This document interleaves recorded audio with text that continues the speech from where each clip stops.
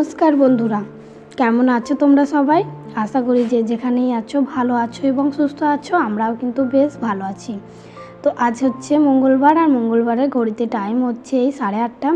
তো এখন থেকেই আমি আমার ব্লগটা শুরু করলাম। তো আজকে ঘুম থেকে উঠতে আমার অনেকটাই লেট হয়ে গেছে। তো সেই কারণে কিন্তু একটু তাড়াতাড়ির মধ্যে কাজগুলো করছি, কেননা আমার ঘরের কাজগুলো তো আমি পরেও করতে পারবো, কিন্তু তোমাদের দাদা ভাইকে যে রান্নাবান্নাটা করা, তো সেটা তো আমাকে টাইমে দিতেই হবে। তো সেই জন্য কিন্তু আমি ঘুম থেকে উঠে প্রথমে আমি মুখ হাত পা ধুয়ে দোর ঘরে জল দিয়ে তারপরে জামাটাকে চেঞ্জ করে কিন্তু এদিকে রান্নাটা বসিয়ে দিয়েছি। আর রান্না বলতে আজকে সিম্পল রান্নাই করব, আমি বেশি কিছু করব না, কেননা আমার সবজি কাটতেও লেট হবে, আবার রান্নাটা করতেও লেট হবে। তো সেই কারণে কিন্তু আজকে এই রান্নাই করছি। আজকে হচ্ছে পেঁয়াজ কলি আলু দিয়ে ভাজা করছি, আর এদিকটায় কুকারের মধ্যে দিয়েছি হচ্ছে মুসুরির ডাল সিদ্ধ করতে, মানে ডাল আর পেঁয়াজ কলি আলু ভাজা। তো এই রান্নাই হবে আজ। তো ওদিকে রান্নাটা বসিয়ে আমার পেঁয়াজ কলি আলু ভাজা হয়ে গেছে, ওটাকে নামিয়ে দিয়ে এসেছি। আর ভাতটাও হয়ে গেছে, ফ্যানটা ঝরাতে দিয়ে এসেছি। তো ফ্যানটা যতক্ষণে ঝরছে ততক্ষণে কিন্তু আমি ঘর বারান্দাটা ঝাড় দিয়ে নিচ্ছি। তো আজ যেহেতু একটু লেট করে উঠেছি, তো সেই কারণে কিন্তু আমি আমার সুবিধা মতোই কাজগুলো করে নিচ্ছি। তারপরে কিন্তু আমি ঘর বারান্দা ঝাড় দিয়ে ডালটা করে তারপরে কিন্তু আমি এদিকে আবারও ঘর বারান্দাটা মুছে নিচ্ছি। তো ঘর বারান্দা দুটো ঘর, রান্নাঘর বারান্দা সবটাই আমার মোছা হয়ে গেছে। আর এটা হচ্ছে আমার যে মেন গেটের রাস্তাটা, তো সেটাই কিন্তু আমি মুছেও কিন্তু এটা মনে হচ্ছে যে মুছেও যেন মোছা হচ্ছে না, মুছার পরও কিন্তু বালি কিচকিচ করছে। তো সেই কারণেই ভাবলাম, আর এখনও পর্যন্ত কাঁচরার গাড়ি আসেনি, তো তাই প্যাকেটটা এখনটাই রেখেই দিলাম। তো তারপরে আমি কিন্তু ভাবলাম যে থাক, মুছবো না, আর আমি একটু ধুয়ে দিই, তাহলে কি হবে, বালিটা আর থাকবে না।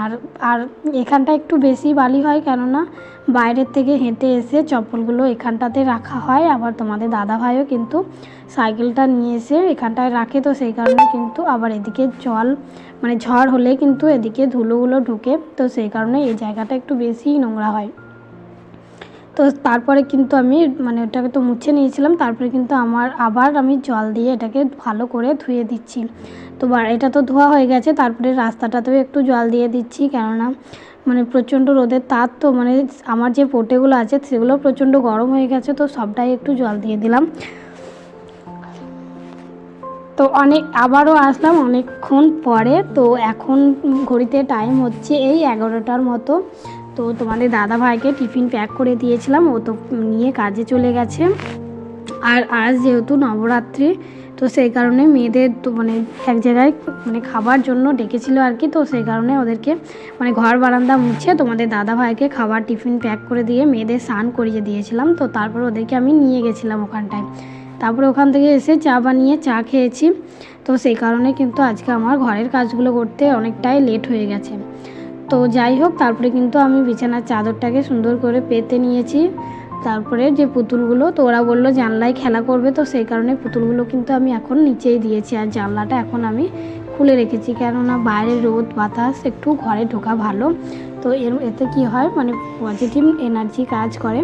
তো সেই কারণে তারপরে কিন্তু আমি স্নান টান করে ভাত খেয়ে একটু শুয়েছিলাম। তো এখন বাজে হচ্ছে এই 4:30 মতো। তো অনেকক্ষণ ঘুমিয়েছিলাম বলে একটুও কিছু ভালো লাগছে না। তো সেই কারণে ভাবলাম আগে মুখ হাত পাটা ভালো করে ধুই, তবেই ঘুমটা হয়তো একটু ছাড়বে। তো সেই কারণেই মুখ হাত পাটা ধুয়ে তারপরে কিন্তু আমি চলে যাব ছাদে। তো ছাদ থেকে জামা কাপড় তুলে নিয়ে তারপরে একটু ঘর বারান্দা ঝাঁট দিয়ে মেয়েদের খাইয়ে যাব হচ্ছে ঘুরতে। তো আজকের ভিডিওটা আমি এখানেই শেষ করছি। ভালো লাগলে লাইক করো, আর আমার চ্যানেলে প্রথমবার এসে থাকলে প্লিজ চ্যানেলটা সাবস্ক্রাইব